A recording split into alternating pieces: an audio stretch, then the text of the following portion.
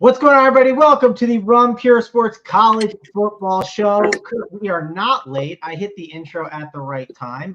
We're here. We're hanging out and ready to roll. Should be a fun show. We're breaking down the college football slate. 5 games on tap, and it's playoff time, right? We get to watch, the games that actually matter. We get some games that don't matter as much, but hey, that creates some value. That creates some different opportunities and some different edges that maybe people are not seeing. Let's go to our college football guy first. He does the playbook over here at Run Pure Sports. He lives in the Discord. He's got all the core plays for you. Bruce, how's it going? Going well. Been a good week of football, and just ready to end it tonight. Big 5-game slate, and some good games. My Longhorns play late, so I'll be up late watching that for sure. Yeah, well, I'll be watching college football all day long. Of course, we'll have other stuff sprinkled in too. I'm sure there's some good NBA stuff there. If you're at Run Pure Sports, we're doing all the sports all day long. So you do not want to miss out on that. We do have a new code. It's Andy15. So if you are looking to sign up here, Andy15 gets you 15% off. We just got Andy Locke, and hey, he is part of our golf team, which that's definitely beefing up. But we'll talk to you, Bryce. We'll go over to you next. How was the new year, and how pumped are you for these games today? New Year's was great. Went out to dinner with some friends. Didn't stay up too late. I feel wonderful today. Ready to start the new year off on a positive note. NFL went very well for me. Cash teams slapped on both sides. I think FanDuel ended up being like a triple up. I had a really good team there without Lamar. So that was fun. It's always nice to get a double win, like get FanDuel and DraftKings in cash, start on the 31st, especially because I bet more on the 31st because of taxes, because it's if you lose, it's a tax write-off. And if you win, it's just more winning. So that was fun. I actually went to the Colts game, and Devontae Adams carried my team. Absolutely goated. So that was fun to see. Yeah, had a great day yesterday. Looking forward to having a great day today. Yeah, it was a great day yesterday. Listen, we want to start off the new year right, and you got to start off the new year stroking our guy, Big T. Big T, read that on the screen. How does that feel right now? I mean, it doesn't even feel that good because I can't believe JSU would play Austin freaking Eckler on that slate. But it does feel good to own him, though, I guess. We went after it pretty hard on the show. I went in on him. It's always good when you go in on someone on the show and then it goes your way. Because sometimes we know this from doing shows, it goes the other way, and they get a rub it in your face a little. So that one went my way. That's why I felt good, Tony, when I came on the show and I said Jordan Love beats this matchup, and you said to me, "Oh, what happened last time?" And I didn't rub it in here, but I'm just saying Jordan Love absolutely dominated. You sent me a text at halftime. What do you mean you didn't rub it in? Did I actually text you? I didn't remember texting. At halftime, you sent me a text. I would say that's rubbing it in.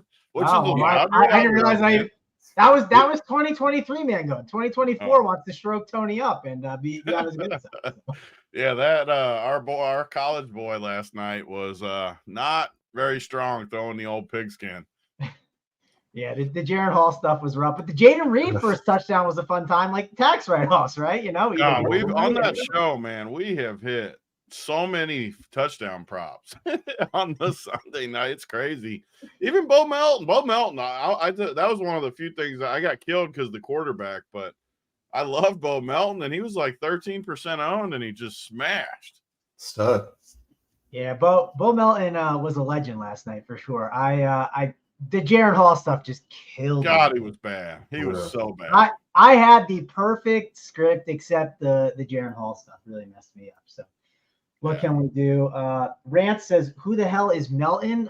You must not watch college football. Bo Melton, former Rutgers. Great, now playing some football. But, yeah, there's no Melton on this slate. We're not talking DeAnthony Melton. We're talking college football and the NFL. But we're going to the college football and break it all down. We're talking 5 games. They lock in about 2 hours or so. So should be a good time. We're going to go through the entire slate. If you want to check out all of Bruce's thoughts, he's got a playbook up over here at Run Pure Sports that you can check out and read all the thoughts. He's got, the projections. He's got the ownership. He's got projections in SaberSim as well. If you want to just build your teams, not even look at anything, he's got all the notes, and we'll have our core plays up for the people. But Bruce, can you give me a quick slate overview before we kind of dive into these games?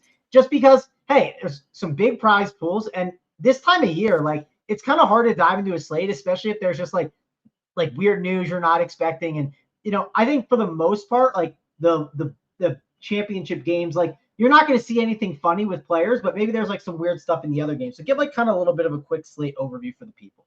Yeah, for sure. Like the LSU situation is the big one. You have two stud receivers in Neighbors and Brian Thomas Jr., who they could nuke if they played a full game against this Wisconsin team, who's not very good. But there's reports that Neighbors may only play to get 22. I think it's 22 yards, 32 yards, something like that, until he gets the record, the LSU single season record. So, if that's the case, that's going to suck. You spend all your salary on a guy that's going to play a quarter, and same with Brian Thomas Jr. Both those guys headed to the NFL. They may not play but the first quarter or so. But if they play, full games run, they could absolutely smash.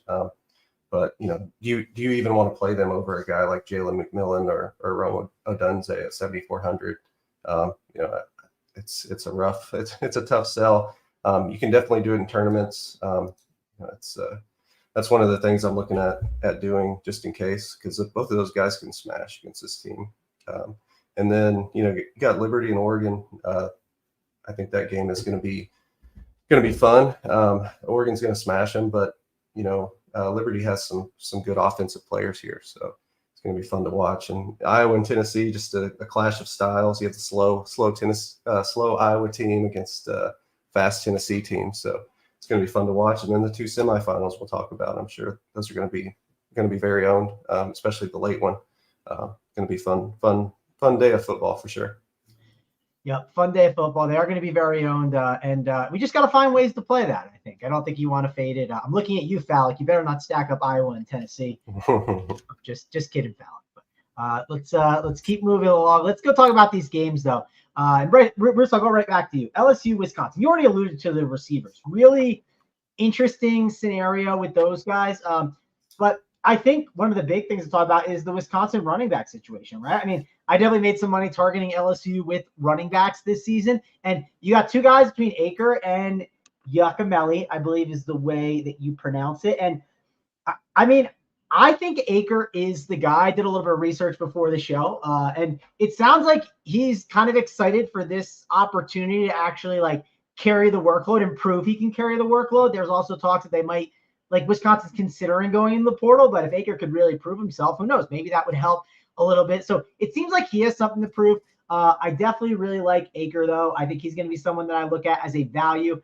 And then I know that Wisconsin's missing some receivers. I'm not super excited about their passing game. It's really just looking at the running backs here for me, specifically the Wisconsin side. But how about you? Because I think, yes, it's the first game, but you could see a winning play in this game, right? Like, I don't think you would just easily fade this one just because I think there's a lot of opportunity here. There's the low on LSU guys that they play all game, and then there's some interesting value plays as well.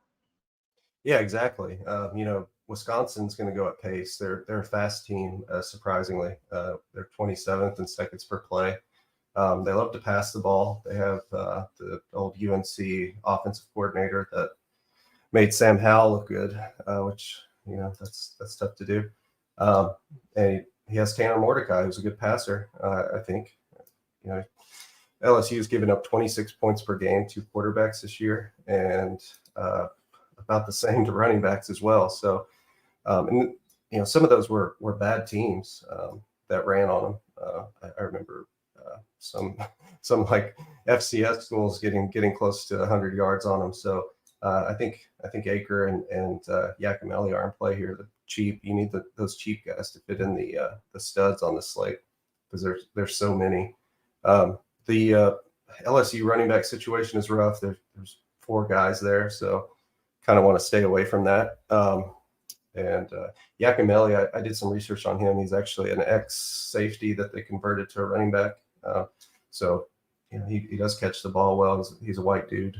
Looks pretty fast. So have a little bit of interest there at 4K, but I like Aker a little bit more. The receiver situation for Wisconsin is interesting, just because the secondary has been so bad for LSU this season. I have a ton of interest in Pauling. He was already getting targets before these guys transferred out, 31% target share down the stretch. So definitely interested in him. Bryson Green as well is a good play at 3,500. And, I went over the Neighbors and Thomas situation earlier. If they, don't play the whole game, you have a guy like Aaron Anderson at 3,300. Shelton Sampson Jr. is 3K, and I thought he looked good in limited time. I think he played one game and it looked good. He's free, so definitely have some interest there. And Kyron Lacey, of course, he's kind of the overlooked third guy in that rotation, and he's had some big games this year. All right, Bryce, I'll go to you next. What plays are you looking at in this game? It's one, again, I don't think you just want to skip. I think it's one you have to actually think about some of these plays because, again, Wisconsin situation. And then, of course, the LSU. I'm assuming, obviously, cash games. If you're playing cash today, I don't think you'd want to mess around with that situation. But obviously, there's upside there. Yeah, I don't think you want to overlook this game at all. I think the two chalk games here are going to be Oregon.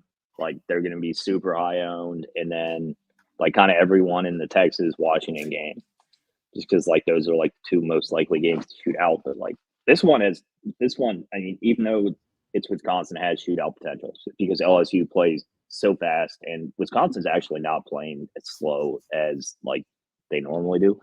So I think there's some decent spots to attack here. In tournaments, I like both quarterbacks here as like a pivot. Penix and Nix are going to be the absolute chalk quarterback. I don't think there's any doubting that. So Nussmeier and Mordecai are like, if you want to get over on this game, you don't need both. Like, it doesn't need to be a double stack, I don't think, but like you can get one with whatever side of the game you want. I think this Acker guy for Wisco is pretty solid value play. He's only 4.5K. It's a pretty good matchup against LSU. I would not play him with Mordecai. In terms of receivers, I like Lacey from LSU. It's kind of hard to play other LSU guys for me. Bruce threw out his 3K shitter and Shelton Sampson, so like I would definitely keep him in my tournament pool. And then from Wisco, I think Will Pauling's a really solid play here. They just don't have a ton, and he sees tons of volume. He's only 4.6K, so it doesn't break the bank. You're just going to see on this slate massive chalk in like Penix, McMillan, like Adunze, and then like Bo Nix, Bucky Irving, and Tez Johnson. So like if you're not stacking those guys, you're automatically going to be different. Oh yeah, 1,000%. We'll definitely get to that game, and that's going to be a big talking point. Big T, I'll go over to you. I was just I pulled up the playbook, and I know we were talking about how this game you shouldn't ignore it. And like LSU does have a pretty high team total. It's almost as high as Texas, right? I mean, it's a high total. I don't think you want to completely ignore them, but how do we do it? And obviously, if you got a lot of exposure to this game, then you wouldn't be able to get exposure to these other games later. And like Bryce just said, that would make you different. So what's your overall thoughts here? Yeah, I mean, you guys, it'd help if I could actually talk, but you guys bring up some good points. I just am lower on this game. I don't understand the spread. Like, I don't understand why LSU's -9. It feels like a gift, honestly. I think Wisconsin wins outright. This Nussmeier, he sucks. He's always sucked. Before Jaden Daniels, I mean, we watched it. This guy's terrible. I think did he play at all this year? He came in a few times and looked bad. Neighbors and Thomas probably won't play most of the game. I mean, this is a shell of a team. I have no idea why they're -9. It makes no sense to me. I can't wait to bet Wisconsin. I'm gonna have no LSU for sure. I don't trust any of these guys. I mean, the thing is, like, Oregon's gonna score 40 without even trying. The Texas game's gonna score 1,000,000 points. There's no way it doesn't. I don't see any reason to go to this LSU spot at these salaries for any of them. I don't see a single guy, unless you had a take on a cheap guy. I don't see a reason to go to it. And then Wisconsin, I mean, there is good plays here just because I think they score. And I think that, like I said, I think they win this game outright. So Pauling's obviously a great play at receiver. The running backs are cheap guys you can play, Acker and whatever, Yakamili or however you say his name. And then Bryson Green, even at 3,500, gives you a really good value play. So I don't want to go crazy, but it's fillers and stuff. I love these Wisconsin guys. The one guy that I'll actually, I don't know, maybe it's just the tournament side of me, but literally this Will Pauling dude's going to be 70% up. Like everyone's going to play this dude, and it's not like he's foolproof to do this. So I could actually be lower on him and leverage off onto like Bryson Green or something. Hope Bryson Green houses one. But I'm definitely fading LSU, and I like Wisconsin. I'm not going to play Mordecai, though, just because, I mean, these other quarterbacks, they're in really good spots. So I'm just going to play the chalk quarterbacks and try to get a little bit different somewhere else.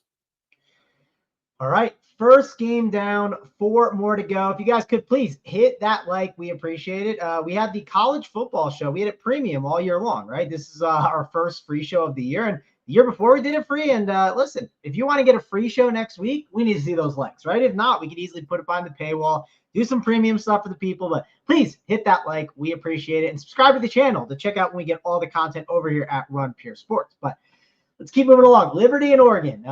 Big T just alluded to it. He said Oregon's probably just going to put up 40 with ease, right? I mean, they're going to put up a ton of points. In these spots, I just want to go grab plays in this game. But the question is, how do we grab these plays, right? You have Bucky Irving, who feels too cheap, but he did declare for the draft. And Oregon is really weird about their running backs, right? At the end of the day, when you look at Bucky Irving's like just carries throughout the year, I mean, hasn't eclipsed 20 except once this year. He had an 18 and a 19, but other than that, hasn't gotten over, I think, like 15 in any of the games. He obviously could just have a huge game in like 10 or 12 carries, but Liberty's easier to pass on. We got Bo Nix's final game of the season as well. So that's obviously a little narrative to discuss there. He is one of the most expensive quarterbacks on the slate, and we're missing Franklin. And missing Franklin obviously is good for some of these receivers here. Bruce, break down this Oregon side and talk to me about some run backs if there's any. I don't think I'm looking at too many Liberty run backs, but maybe you got something up your sleeve.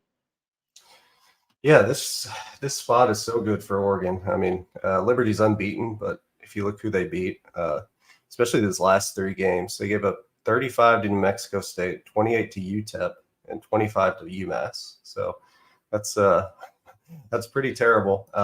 I do like their quarterback, Hayden Salter. He's a former Tennessee quarterback, really mobile. He could put up some rushing yards here, especially in garbage time. So I think he's interesting. But yeah, like you said, Bo Nix, Bucky Irving, those 2 guys for sure are great plays in this game. You can even sell me a little bit on Jordan James, the backup at 5,500. He'll probably get more run today. He's always a solid play.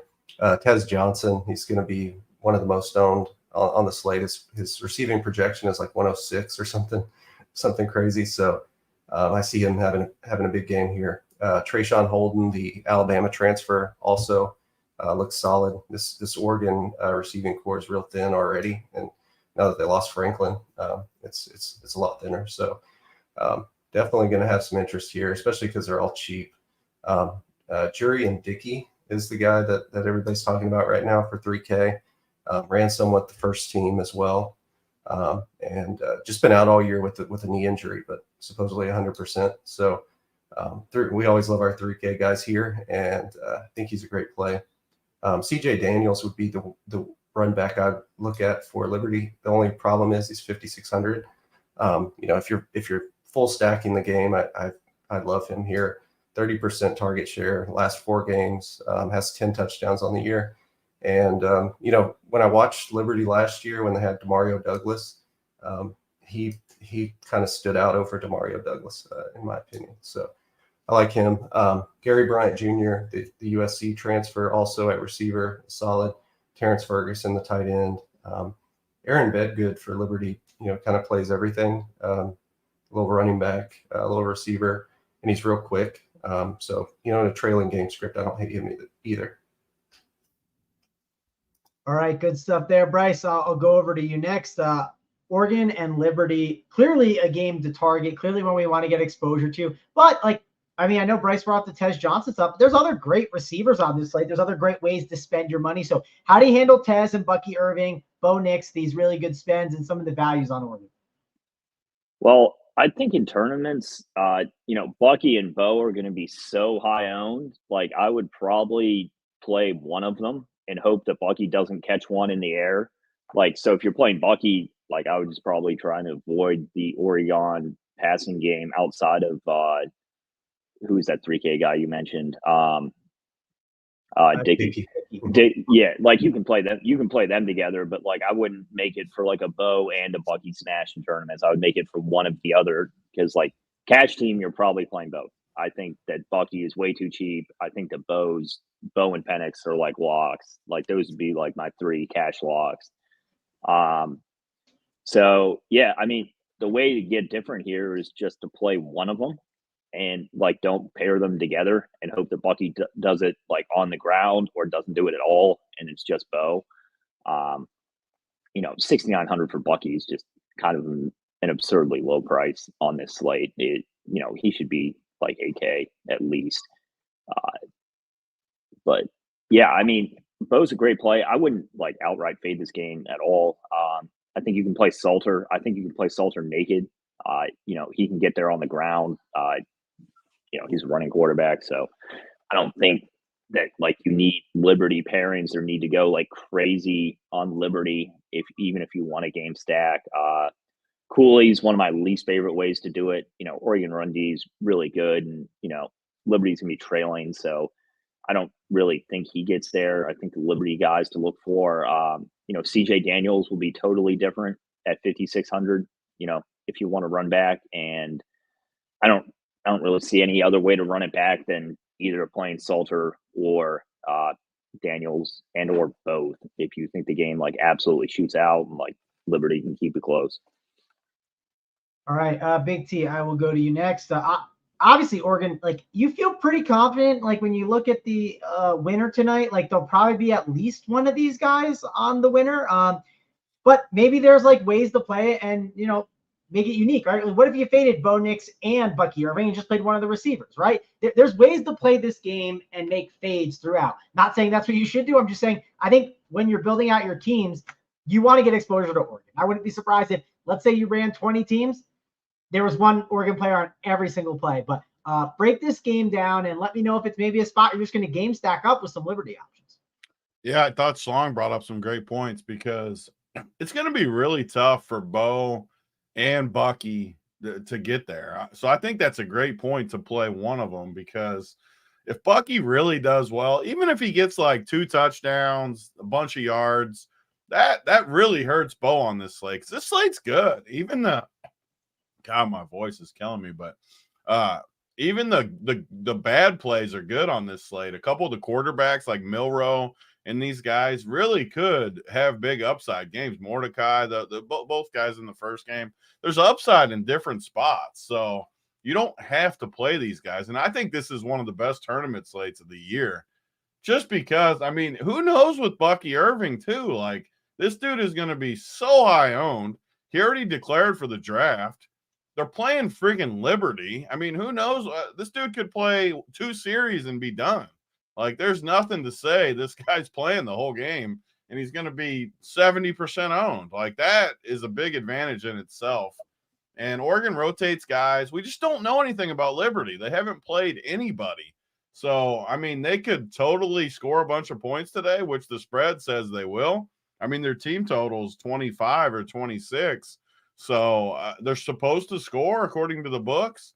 But what happens when they just can't move the ball at all because they've played nobody? This game could go under the total by 30 points or something, which is perfect in tournaments for people. Because like Mangone said, so just pretend you ignored this game. there's paths where you could get there in other spots. The one guy that I don't think I can fade is Tez Johnson. I mean, 6,600. I think he plays the whole game or most of the game, depending on the score. I just, that price is too good for me. And there are other positions.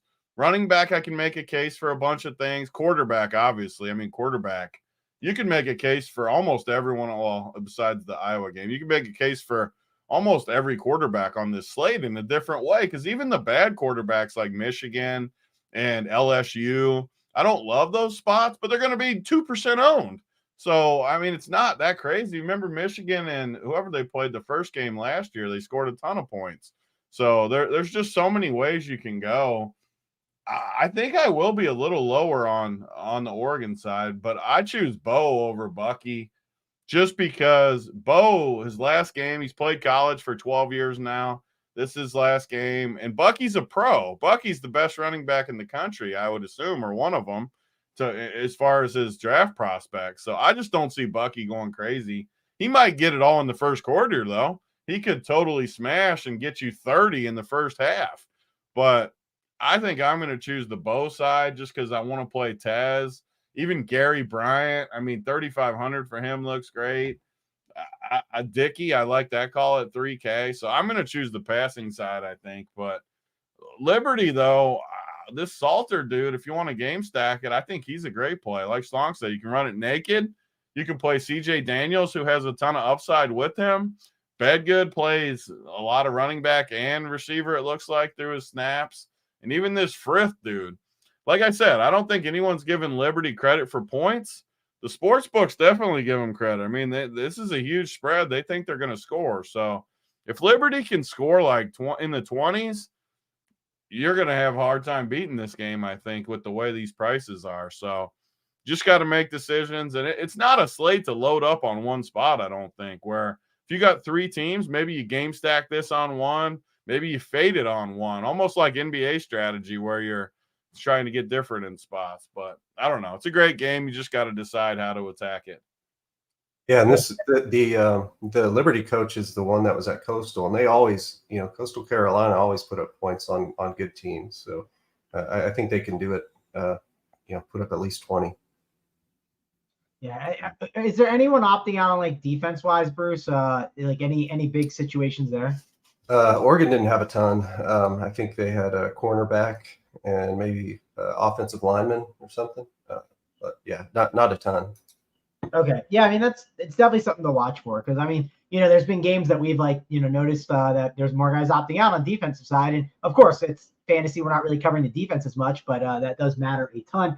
Let's go to Iowa and Tennessee. Man, this is definitely not a game I really want to discuss. It's not a great game, but we got to talk about it. There are some plays to consider.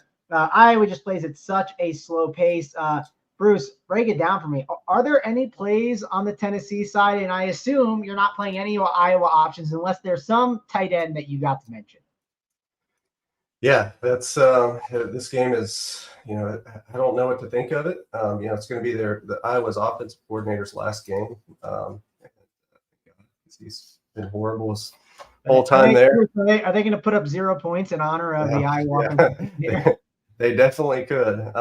The problem is that Tennessee had a bunch of opt-outs on defense. I think half of their secondary, most of their secondary, I think 3 of their 4 starters in their secondary opted out. But I don't see Iowa taking advantage of that at all. Their quarterback's not great. They don't pass the ball enough. Tennessee is starting a true freshman 5-star quarterback that can run. He is 6,500, will be unowned.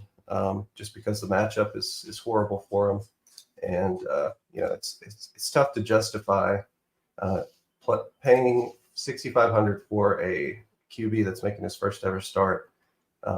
But he does have upside with his legs, so you can get on a different build with him, but I don't love it.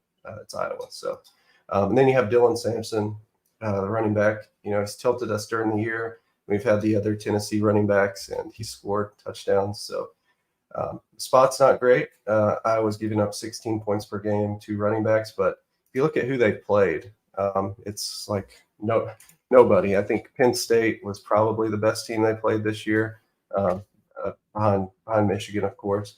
And both those teams ran the football on them effectively. So, and they also haven't played a team that goes at this pace either.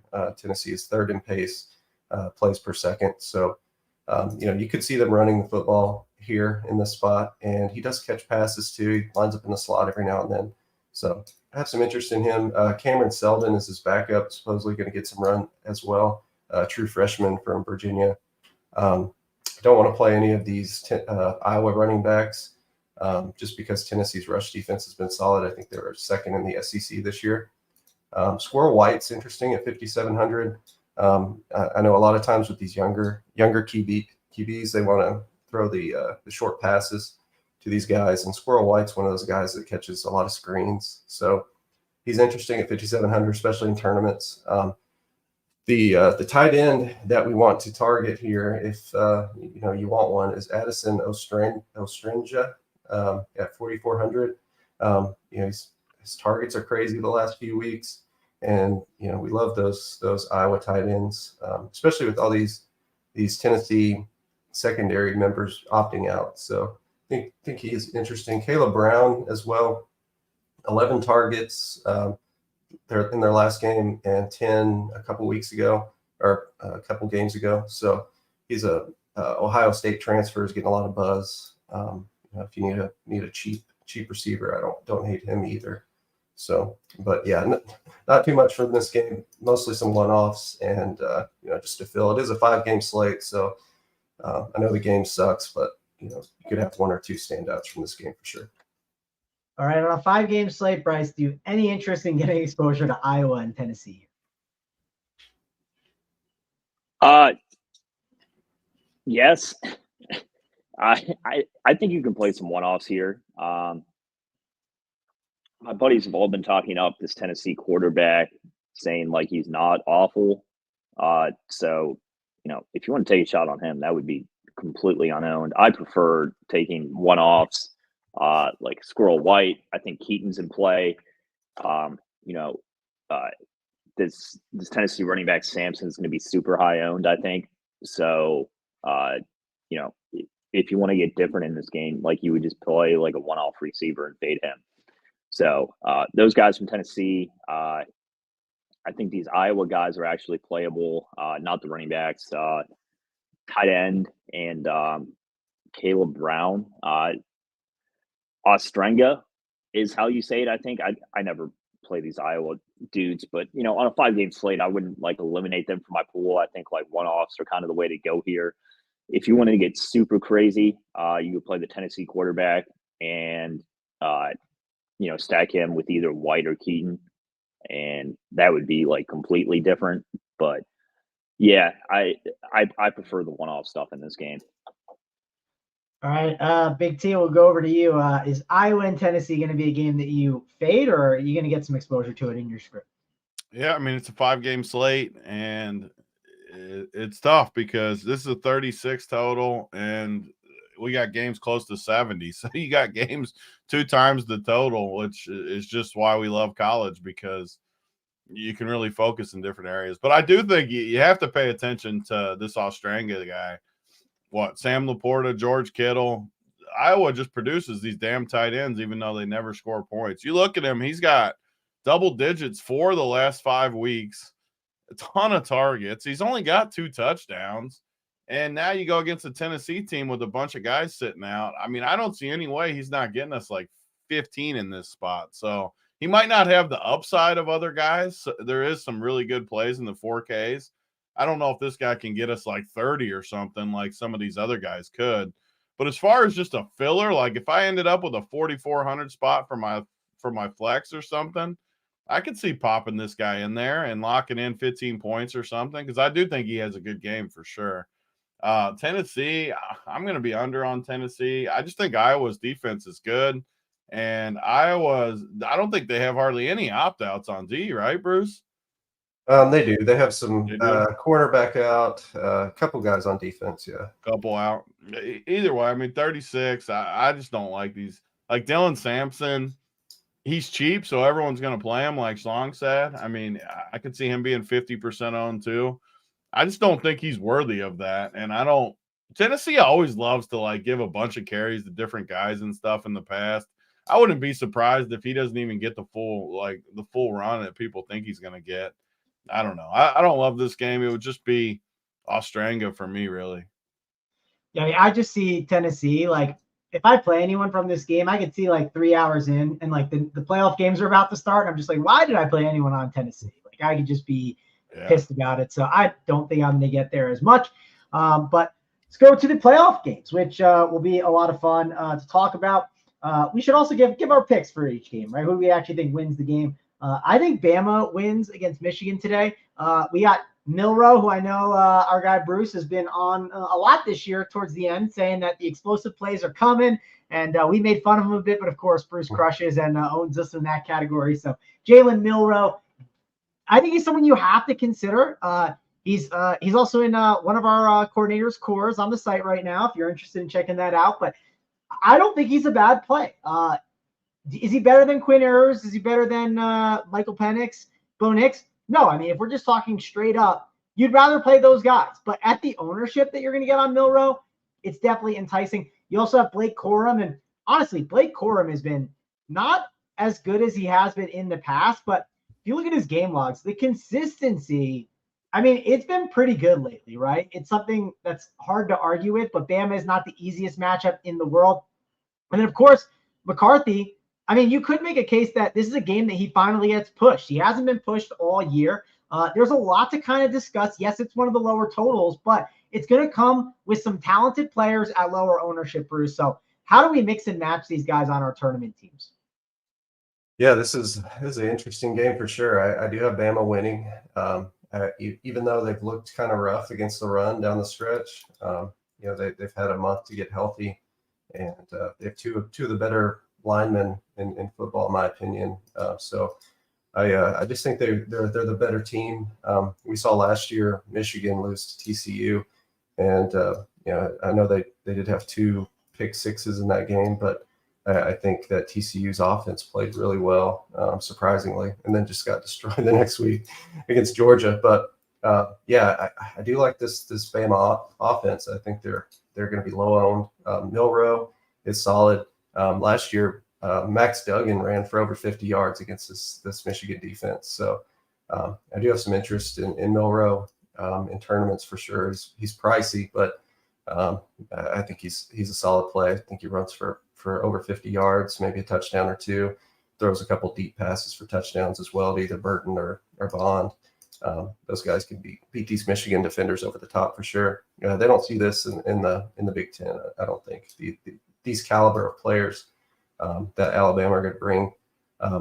JJ McCarthy has been kind of banged up the last couple games, so maybe he's finally healthy. I think he's going to have to run a little bit more to be effective in this one. We saw what Peyton Thorne did against this Bama defense, running on the outside, and I think JJ McCarthy can do the same things, but he hasn't shown it yet. He's a fast quarterback, but just hasn't run enough for me. So I think Bama wins. Corum's interesting in tournaments. Don't want any part of this Bama running back situation really. Just think Milroe scores the touchdowns when they're near the end zone. So I think Burton is interesting. Bond, Roman Wilson's kind of been bad the last few games, but he's a good receiver, and especially if McCarthy is healthy, you can get the ball to him. He's 6K. He's a good tournament play. Hard to justify over those other guys though. So very low ownership. Colston Loveland, the tight end, just gets targets 24% the last 4 games and has 4 touchdowns on the year. So I definitely have some interest in him as well. All right, we'll go on over to Bryce. But before we do that one, we got our own Mitch Snyder in the chat. He says roll tide. So shout out Snyder and the Soldiers. They're on the tide tonight. So good luck to Bama and you. Snyder, I'm sure he's got that bet up in the Run Pure Sports Discord chat. So if you want some bets, I know JBC will putting up the premium plays. I'm sure Big T will be putting up some plays up as Already well. up. All JBC's got the premiums up early. His plays are up. Mine are up. All of them are up for the people. There you go. So if you want to get in there, use that code Andy15, get you 15% off. And Big T, why don't you tell people a little bit about the bet side more so they can kind of get an idea for it? Yeah, I mean, I'm super proud of what we've done with the bets product, especially since Schlong and JBC come on, and Stats for that matter. And yeah, I mean, every day JBC's literally posting 400. I mean, everything you could want, every sport, Afghanistan soccer on a Wednesday, freaking NFL crushing Sunday, anything you could want is going in that chat. And the good part is, so you got bulk plays if you want them, and also we got premium plays, which are narrowed down to 5 to 10 games a day type thing, where those are his best plays, mainly him. I mean, me, Stats, Bryce, whoever chimes in a little bit, but mainly it's JBC. And he's just been crushing it, totally crushing the bet side. You need to be in the Discord to get the full advantage because we're posting, like last night at the last second, we're posting touchdown stuff. We're posting live bets at times when live spots pop up. So our Discord's the best in the industry DFS wise, but for the bets, you have to have the Discord. Like, you don't have to have the Discord for DFS side. You should have it because it's the best, but you don't need it. The bet side, I think you need the Discord access. So sign up for the site, get in the Discord. I promise you'll like it. If you like action, there's no sharper than JBC, and it's just fun to tell him. I tell him myself every day. I see his plays. Get in there, get some action. I love it. I enjoy it.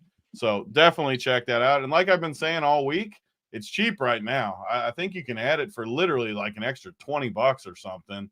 I can promise you we're adding a golf only package now that we brought Andy in, and we're going to have the bets price go up too. I can promise you, if you don't sign up in the next maybe even the next day, it's going to go up. I don't know when it's going to go up, but it's going to go up probably by tomorrow. So sign up now, and I guarantee you'll enjoy it. All right. I think that was a pretty good sales pitch there. If you haven't signed up, go sign it out. Again, use that code Andy15, get you 15% off. But Javon, let's talk this Texas game. Not yet. You gotta wait. Okay, it's coming. You just gotta wait. You gotta let it marinate. So we'll get there. Don't worry. It's gonna be a fun game to talk about. But Bryce, talk about this Michigan and Bama game. I disagree with Snyder here. I kind of like Michigan. I don't know. Dude, this Bama team almost lost to fucking Auburn. They should have. Auburn sucks after watching them against Maryland. I just think the Big Ten's getting a little too much hate here. And I mean, we're pretty Big Ten heavy on the bets package today. So we'll see if they can turn it around. But I don't know. I just think this is the best Michigan team in a long time. This defense is absolutely legit. I think Bama can struggle here. The one thing is, Bruce brought up a good point that Michigan hasn't really faced a quarterback like Milroe. Like, there's no like running quarterbacks in the Big Ten or anywhere close to the skill of Milroe. So I think if the path to Alabama winning is through Milroe, I don't think it's through the running backs at all. So if you're playing Milroe and you can play him naked, I think Bond and Burton would be the pairings. I don't think you need a double pairing here. I don't think you need any pairing if you want to play Milroe and you think he has success against Michigan. I'm going to be higher on Corum here and Roman Wilson in the field probably. I just think they're pretty good tournament plays. I would not consider anyone from this game in cash personally. So those are kind of my tournament plays. Little condensed here, but the way for Michigan to get there is through Corum and Wilson. I don't think JJ McCarthy is worthy of any exposure on the slate personally.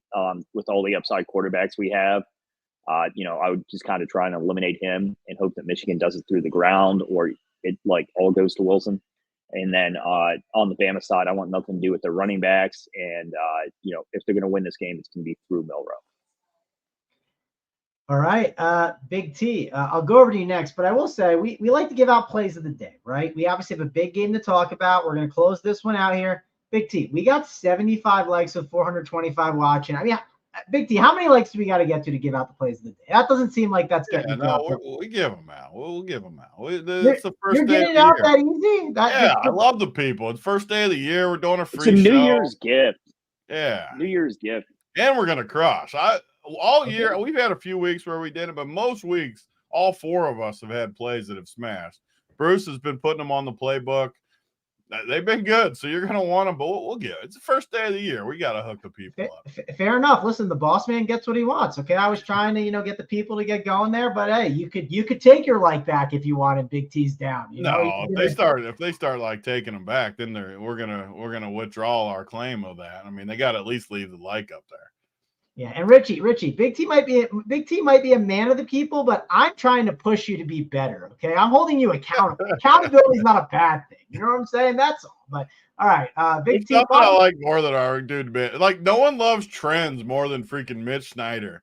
11-1 when he eats spaghetti on a Wednesday, and last Thursday they scored 4. I mean, come on with your trends. I need action, Snyder. I'm going with Song. I'm going with JBC. Michigan's going to own your sorry-ass Bama team. I want some cheese.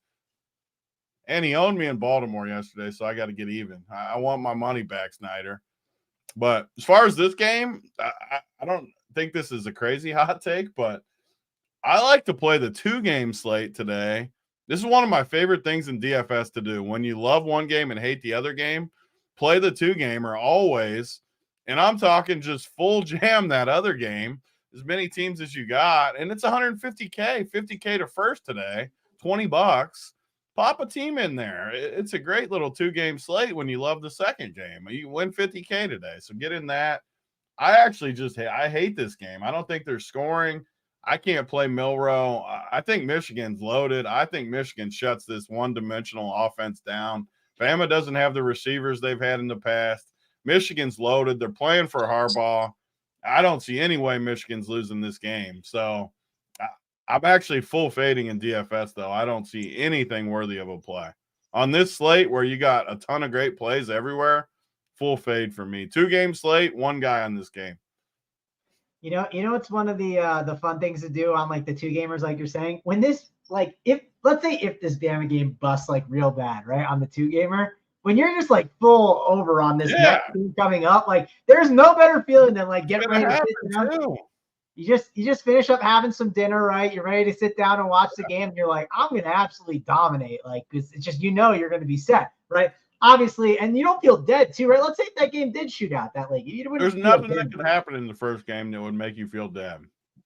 Yeah, agreed there. So definitely, again, the big game's coming up here. This is the one we're going to talk about a lot. It's a lot of spots that you can go to, and let's just dive right in. The people keep Michigan's secondary is terrible. What does that matter? Bama doesn't have receivers, and Milrow can't throw. I will say I definitely do not feel confident in the Bama receivers. I will say that. Like, good luck picking which one is the guy. I mean, it's been absolutely brutal this year with them. So I'm not going to mess around with Alabama receiver roulette. Let's go over to Bruce though. Bruce is he's a UT fan, right? Hook 'em horns for Bruce. I'm sure he's excited for this game. He's gonna have to stay up for it though. I don't know if you're gonna be able to do it, Bruce. I know you wake up at like 4 a.m. or something insane, but this is gonna be a fun game, right? There's so many ways to go.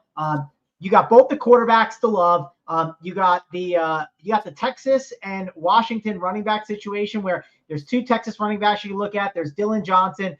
I know I got made fun of for Baxter early in the year, but Baxter is here to own Big T. We're going to punt Big T this time, right? Because Baxter is going to dominate. We got Blue as well. And then you have the receivers, right? There's one thing to mention with this game is everyone is playing the Washington receivers. And the Washington receivers, there's a ton of great options here to go to, right? But I think the Texas receivers can naturally go overlooked because everyone wants to play Oregon and Washington receivers. So that's an interesting situation to discuss. So, Bruce, break this game down. How on earth do we play this game, but also get different? Yeah, it's tough with the pricing for sure. But yeah, I think it's going to be the best game of the night. I'm really scared that we're going to going to get destroyed because this passing game is so good and our secondary has has struggled. But also, I believe our defensive coordinator is really solid. He actually came over from Washington, and give him a month to prepare. I think he'll have something really, really solid as a game plan. Michael Penix is just one of is the best quarterback on the slate for sure. Quinn Ewers also had a big game against Washington last year, 369 yards passing in this game with, he was throwing to Casey Kane and, some of these guys that are backups on this team now. So, with better receivers this year, with Adonai Mitchell and Sanders, Whittington, Xavier Worthy, who said he's close to 100%. I think he has a big game as well, especially against this Washington secondary that hasn't been great. They are the strength of the defense, but I just, they haven't played anybody other than Oregon. I don't think they've played anybody. So I think it shoots out for sure. CJ Baxter should get 60% of the snaps or so, with Jaden Blue also getting some in there as well. Keelan Robinson had a big game in the Big 12 championship. I think we see a lot of him as well. He'll be unowned, and he had a big game against Washington last year as well. So I think he's interesting. Dylan Johnson, I think he'll come in underowned. Texas is really good against the run, but he's going to get the volume here, and if he falls in the box a couple times, he could be optimal. Remember when we played Penix and his receivers against USC, and Dylan Johnson ran for like 3,000 yards untouched and destroyed us. So he's always a good tournament option here. And wide receivers, McMillan, 6,500 is just $1,000 too cheap. Had a big game against Texas last year as well. Plays out of the slot and gives Texas a lot of trouble. He did some work over the middle last season. Adunze is just one of the best receivers in the country.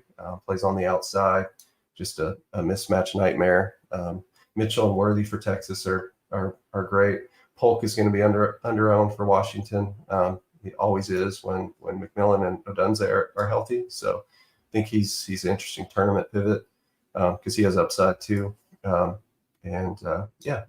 going to be a great game. I'm going to enjoy it at home and hope my Longhorns win. Yeah, and before we move on, I want to post Red's comment. How are Ohio State fans talking right now? You didn't score a touchdown. Your recruiting was so ass that you got Kyle McCord and couldn't do anything. So, yeah, you're not allowed to talk. This is the day on the championship day. You're not allowed to talk. So you can be quiet till it's your time. But let's keep moving along. Bryce, let's go to you. I like Texas. I should have mentioned that. I'm sure Bruce likes Texas. I don't know if you said it in your rant with all the great plays you discussed, but I like Texas to win. Do you like Texas or do you like Washington? How on earth are you going to play this game? The issue is I like Texas here, but I'm finding myself just super high on Washington just because of the pricing. Texas is a little harder to figure out. So I think that makes Texas Ewers in the receivers, great GPP plays, because the way people are going to attack this game is Baxter and then the Washington passing attack. So if you wanted to get different, you can attack the Texas side of the passing attack. For cash, I don't see how you fade McMillan. He's a stone lock for me. Penix, I think if you can get to the Bo Penix pairing, that's the best at quarterback. But and I love Penix today. I just think there's going to be points in this game. It's the best game environment of a back and forth type of game. Oregon has the highest team total, but that's just because they're going to nut on Liberty. So, I like being over on this game, period. If you want to get super different, you can fade the Washington passing attack and play Dylan Johnson, like Bruce mentioned. The issue is Texas run defense is really solid. So, the way to beat them is through the air. And, I think it's a little much to stack Penix with Adunze and McMillan. I think that's kind of tough. I think you can do it with one of them and Polk if you want to be a little bit different in stacking Washington. Yeah, but I mean, I think Ewers is probably my favorite GPP stack of the day.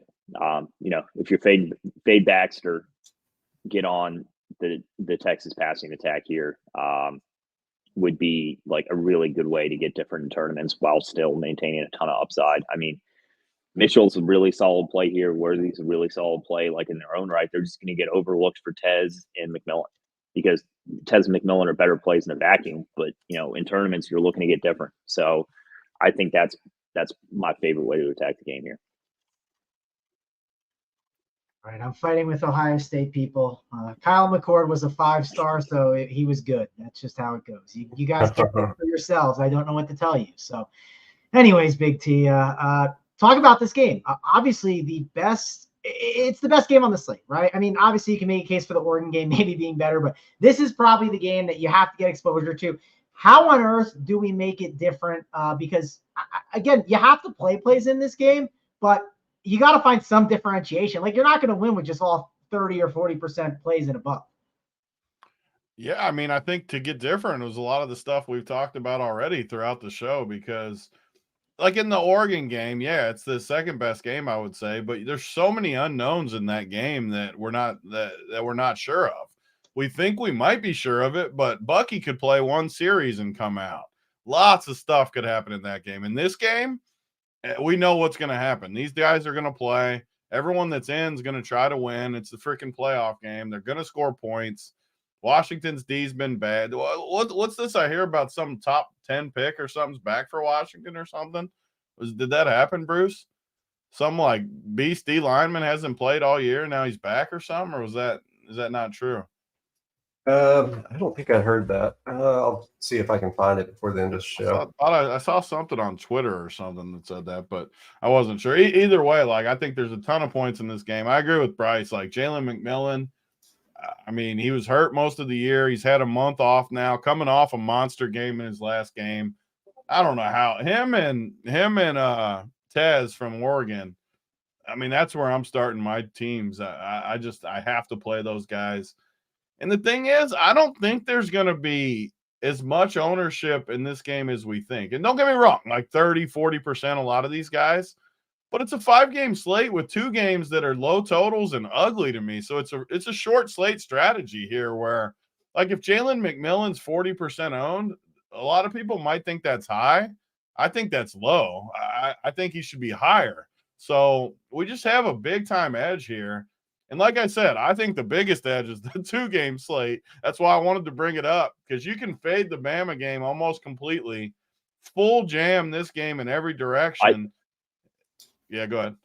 I think I'm going to have more action on the 2-gamer than on the main slate, personally. I mean, it and makes then sense. People have been asking me about cash charts.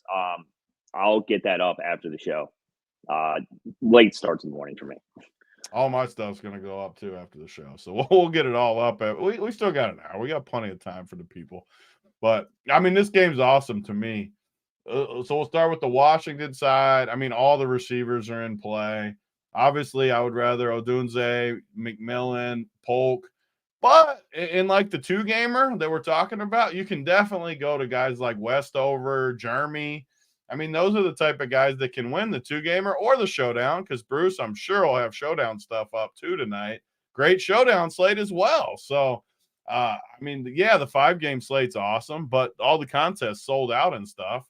So if they sold out on you and you didn't get what you wanted, don't worry about it, honestly, because some of the unknowns are in the 3 early games. The 2 late games, we pretty much know what's going on with all the players, and that's an advantage. So don't be scared to pop the 2-gamer and the showdown later, and we'll have tons of content for that. But Washington, I mean, to summarize, I basically like everybody. Texas, I mean, more of the same. Yours is tough just because you got so many other good quarterbacks on this slate. I like both in the Oregon game. You got Milroe if you want him, the early game if you want him. So Ewers, I think he could end up lower owned than people think too, just because of that. I don't know where he stacks up because it's really tough for me. At least if I was playing one team, it's tough not to play Bo Nix and Penix for me. I know they're the chalkiest, but it's hard for me not to when we have this much value. but that also gives value to him because he's got tons of good receivers. CJ Baxter might be one of the highest owned, if not the highest owned running back, right there with a couple other guys. I mean, these receivers are good options, so you can definitely double stack Ewers in here too. But this game's freaking awesome. I like Texas almost the entire month. And then like a day ago, it just hit me that they're not going to be able to stop Washington. And I flipped. I flipped at the last second to Washington. I just think they're going to go up and down the field on Texas, even though Texas' D is pretty good. The way they beat Texas always shuts teams down in the run game. Whenever you can throw on them, I've noticed they get carved up a little bit. And this Washington pass game is as good as you could have. I think they're gonna go up and down the field on them. All right, Big T, do you want to pronounce that big D lineman's name? That's it. Do you want to pronounce it? So it was true, like the top picks coming back on the D line that hasn't played all year. That's what it sounds like from the chat. Bruce, did you figure it out? No, I haven't seen it. Yeah, that's a lot of people are saying Tui Zanya, however you say that name. That's lasagna. Yeah. Lasagna. I mean, doesn't it look like lasagna's in there, right? I just kind of threw it in. Lasagna sounds like a dude that plays for Iowa. Yeah, but I don't know. That might be his name.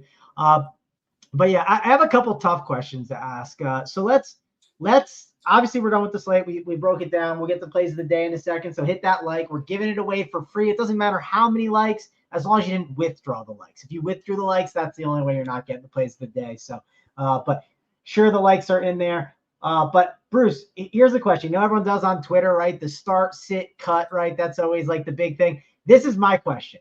I want you to start, sit, and cut Bo Nix, Michael Penix, and Quinn Ewers. I always say his name wrong, but how do you handle those three? Who is the option that you're basically cutting? Who's the start, and then who's the bench guy? What are the options, Bruce? Is this kind of like F, Marry, Kill? Yeah. It's basically that. But I think it's a good conversation because, like, yeah, sure, Milroe's going to be low owned, but like those are the three quarterbacks that most people are mixing and matching and having a tough decision to make today. Yeah, I'm with Big T here. It's Nix and Penix for me, and then I'd have to cut Ewers, but I'm going to have some Ewers in tournaments with Adonai Mitchell, just because Mitchell just he scores in the championship or the big games like he did last year against TCU. He had a long touchdown for Georgia. I just think he steps up in this one and has a couple touchdown catches. All right, same to you, Bryce. What do you do with those three? Sorry, say that again. I was putting in a bet on Tony and I's horse running today. 2:15 post Showdown King. Nice. Start the year right, baby. Start the year right. So it was basically, how they do on Twitter, right? Start, bench, cut. Yeah. How do you do so it? It was Mary, fuck, kill, Penix, Ewers, Bo. Yeah. I'd marry Bo, fuck Penix, and cut Ewers. I do really like Ewers in tournaments, though. Like those three, I'm like really going in on in tournaments. All right, same to you, Tony. I mean, I think it's a pretty cut and dry question, even though it doesn't sound like. I think we'll all agree on that. But also, I think you could put the Liberty quarterback in with Ewers. Like if I was playing three teams, I think I only put two in the 555, so it doesn't count for me. But if I had three, I would literally do that. I would play the two chalk on one. I would game stack the other two to where I had one Ewers and one whatever the Liberty's guy's name is.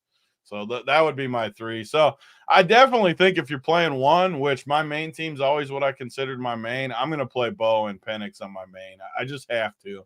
But like we've all said, all four of us, the tournament path definitely is good to stack up one of those high-scoring games. Or you could totally shake it up and like play the opposite or something where you play Ewers and the Liberty guy or something in a tournament. They're both great tournament plays. But as far as single entry, like your main team you trust the most, it's got to be Bo and Penix for me. I just think they're too safe and they have too much upside on top of it. All right. Well, let's get on to those. Oh, yeah, that's good. I need chat. We have a fun time with that one. For sure. Let's move on to those plays of the day, though. Obviously, it's a 5-game slate, so I don't know if we're gonna have some 2% guy, but we'll try to do our best here with the plays of the day. Bruce, let me go to you first. Who do you got? Who is your Snyder Soldiers play of the day? Man, it's rough, but I think in tournaments for sure I'm going to have a lot of Adonai Mitchell. I just think he scores a couple touchdowns tonight and has a big game. 6,200. Not a lot of people are going to pay it, but he just steps up in these big ones. And who is that again? Sorry, I was playing. AD Mitchell. Oh, you just ruined the mojo, man. Going. Sorry, sorry, I'm hosting. I'm doing some other things on the back end. You know what I'm saying? You drop everything when that man's giving his play of the day. That's how you win the bread. I know. I agree. I do like the Mitchell call. I'm a big fan of him in general. So, yeah. So let's go to third and long next. Tony's got me all rattled now. So, but let's rein it back in. Who do you got, Bryce? Who is your Snyder Soldiers play of the day? Jalen McMillan. I think he comes in lower owned than Tez here, and I don't really see fading him in any world. All right, not fading McMillan here. I think he's a great play. You might be wondering, why on earth do we have this guy staring at us on the screen? Well, that's our guy Snyder. He is in the Run for Sports Discord. So if you want to go hang out with him, go sign up now. Get you 15% by using that code Andy Lack, and his core will be up on the site. Big T, actually, I did want to ask you another question. I want you to look at Kevin's core. Okay, now I don't want to look at his core. Oh no. He's got one of like the chalkiest plays on there, and I'm surprised he's eating this chalk. And you don't need to say who the play is unless you want to, but he can eat the chalk because every other dude he plays is like 1% owned. So if your whole team is 1% owned, then you can play one chalk guy. But typically when Kevin eats chalk, I listen to that because I normally think it's good. And I don't like this chalk play that he's playing, actually. I like some of the other plays in his lineup, but I don't like that one. So I know exactly. Spending all your salary on the game that he's spending, it's just a Kevin move. It's classic Kevin. Yeah, well, I knew Kevin was going to load up on Milrow and the Michigan. I knew he could have two 90 totals, and he'd find a way to play something in a different game. I guarantee why we love Kevin. Kevin's script on the 2-game slate is going to be loaded up on the Alabama game. I would bet everything I own that in the 2-game 100%. Yeah. Not a surprise. There's just too much volume for Blake Corum to give it up. He just can't. You just got to jab him in there. All right, Tony, who do you got though? Who's your as we like to put on the screen, the Snyder Soldiers play of the day? So I didn't talk about him in the Texas side, and I'm glad that Bruce gave out AD Mitchell because it's going to be a good tournament build with our plays in these late games because they kind of go together. But mine is actually Jatavian Sanders, 4,700, a pivot off of the guy in K. Felix core. That's chalky. I loved how he looked the last game of the year. He was getting healthy towards the end of the year. And this price tag, man, 4,700 for Jatavian Sanders. He'll be 10% owned too. In a tournament, you can play yours with Sanders and Mitchell, which means you don't play Worthy. You probably don't play Baxter unless you just full game stack it. Makes a ton of sense to me, but I love the leverage of 4,700 Jatavian Sanders. No one's going to play him. Everyone's going to have a different build. He's going to be 10% owned, and that's way, way too low. Yep. No, that's definitely way too low there.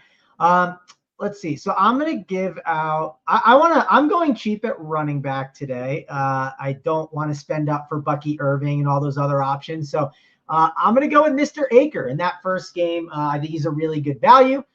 We got the ownership at 25%. I think it could be a little bit higher, but at the end of the day, I think he's one of the better values, and he helps make a lot of things work for my lineup. So give me Mr. Aker. He's going to. There's got to be at least a world where he just gets almost all the work too. There's got to be at least some chance that happens.